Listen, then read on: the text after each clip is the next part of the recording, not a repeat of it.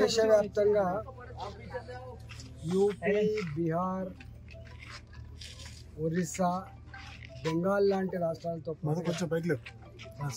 తెలంగాణ పల్లెల నుంచి కూడా పొట్ట చేత పట్టుకొని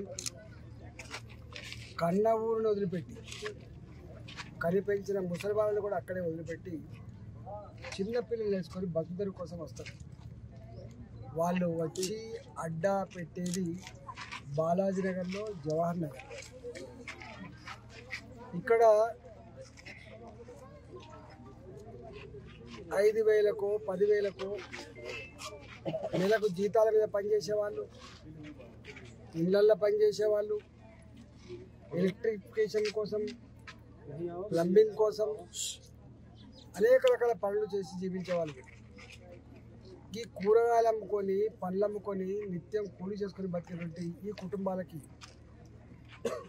30 ఏళ్ళ క్రితం, 40 ఏళ్ళ క్రితం కట్టుకున్న ఇళ్ళకి ఆనాడు కేసీఆర్ ఉన్నప్పుడే జీవో నెంబర్ 58 కింద, 59 కింద ఇవాళ రెగ్యులేషన్ కూడా కాబట్టింది. అట్లాంటి దాంట్లో ఈ బాలాజీ నగర్లో ఉన్నటువంటి ఒక కాలనీ ఆరుంధతి నగర్ కాలనీ.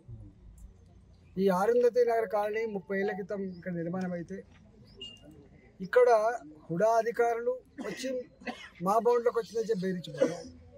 ఇవాళ రెవెన్యూ అధికారులు అయితే దానికి అద్దే లేదు. ఈ ప్రాంతం కీసర మండలానికి, కాపురా మండలానికి వస్తుంది.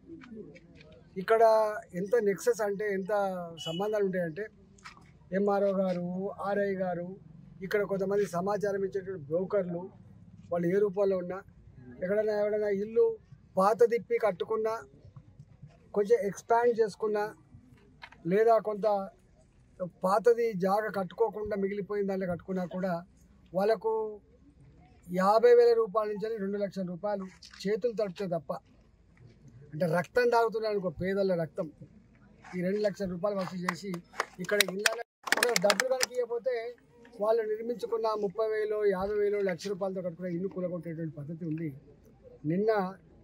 నిన్న ఇక్కడ హుడా వాళ్ళు వచ్చి ఇది ఇక్కడ దాకా మాది వస్తుందని చెప్పి వాడు మార్కింగ్ చేసిపోతాడు. ఇక రెవెన్యూలో వచ్చేమో మేము సోమవారం రాబోతున్నాం, ఒక 100 ఇళ్ళైనా కూలగొడతామని చెప్పి వచ్చిందంటే ఇవాళ వీళ్ళు ఎంత మూర్ఖులో, ఎంత దుర్మార్గులో, పేదల రక్తం ఎంత తాడా సిద్ధపడరో, మరి ప్రభుత్వం ఏం చేస్తుందో, శోధన చూస్తుందో తెలుసుకోవడానికి కోసం వచ్చింది. ఇక్కడ నేను ఒకటే హెచ్చరిస్తా ఉన్నా, ఇవాళ కలెక్టర్ గారితో 50-100 సార్లు మాట్లాడి ఇప్పటికే ఈ బాలాజీ నగర్ ఇవాళ కదా, ఇవాళ నువ్వు పుట్టకున్నప్పుడు ఇక్కడ బాలాజీ నగర్ ఉన్నది, ఇక్కడ విజిట్ చేయి, వాళ్ళ సమస్యలు ఏందో శాశ్వతంగా పరిష్కరించు, ప్రతి నిత్యం జలగల్లాగా వీళ్ళ రక్తం తాగే పరిస్థితి చేయొద్దని చెప్పి చాలాసార్లు చెప్పినాం. అయినా వాళ్ళకు నిమ్మకు నీరెత్తినట్టుగా ఉన్నారు తప్ప, వాళ్ళ చెవి మీద పేరు పాడతలేదు తప్ప, పేదల బతుకులన్నా, పేదల ప్రజలన్నా కూడా వాళ్ళకి పట్టింపు లేని పద్ధతి కనబడతా ఉంది.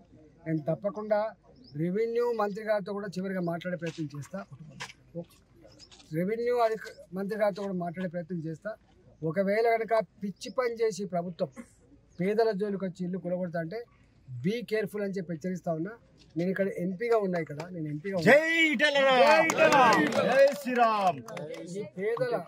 ఈ పేదలు 50 గజాలలో 60 గజాలలో కంపు వాసనలో ఇలా నిజంగా నాలాంటి కుటుంబం పుక్కడికి 10 ఎకరాలు ఇచ్చినా కూడా ఇక్కడ ఒక ఇల్లు కట్టుకునే పరిస్థితి ఉండదు. అంటే గంత దీనమైన బతుకులు బతికేటువంటి ఈ పేదలు ఎక్కడో యూపీలో ఉన్న గోరఖ్పూర్ నుంచి వచ్చి ఇక్కడ బతుకుతున్నారు, అరుంధతి నగర్లో. ఎక్కడో బీహార్లో మారుమూల ప్రాంతాల్లో ఉన్న వాళ్ళు బతుకుతున్నారు. ఎప్పటి నుంచో ఉన్నారమ్మా అంటే మేము 25 ఏళ్ళుగా 30 ఏళ్ళుగా ఉంటున్నారు. ఏం చేసి బతుకుతారమ్మా అంటే అంత చిన్న పని చేసి బతుకుతా అంటున్నారు. ఇవాళ ప్రజల మీద, పేదల మీద బ్రోకర్లు, రెవెన్యూ అధికారులు ఇలా డబ్బులు తింటున్నారంటే ఇక వాళ్ళు ఎట్లా మనుషులు, వాళ్ళు ఎట్లా పరిపాలన చేస్తున్నారో అర్థం కావట్లేదు. తప్పకుండా దీని మీద కలెక్టర్తో మళ్ళీ మాట్లాడే ప్రయత్నం చేస్తా, అదేవిధంగా రెవెన్యూ మంత్రి గారితో మాట్లాడే ప్రయత్నం చేస్తా. ఇది కనుక కూలగొడతా అంటే దీని సంగతి చెప్పడానికి నేను కూడా రేపు మండే నాడు ఇక్కడనే ఉంటాను.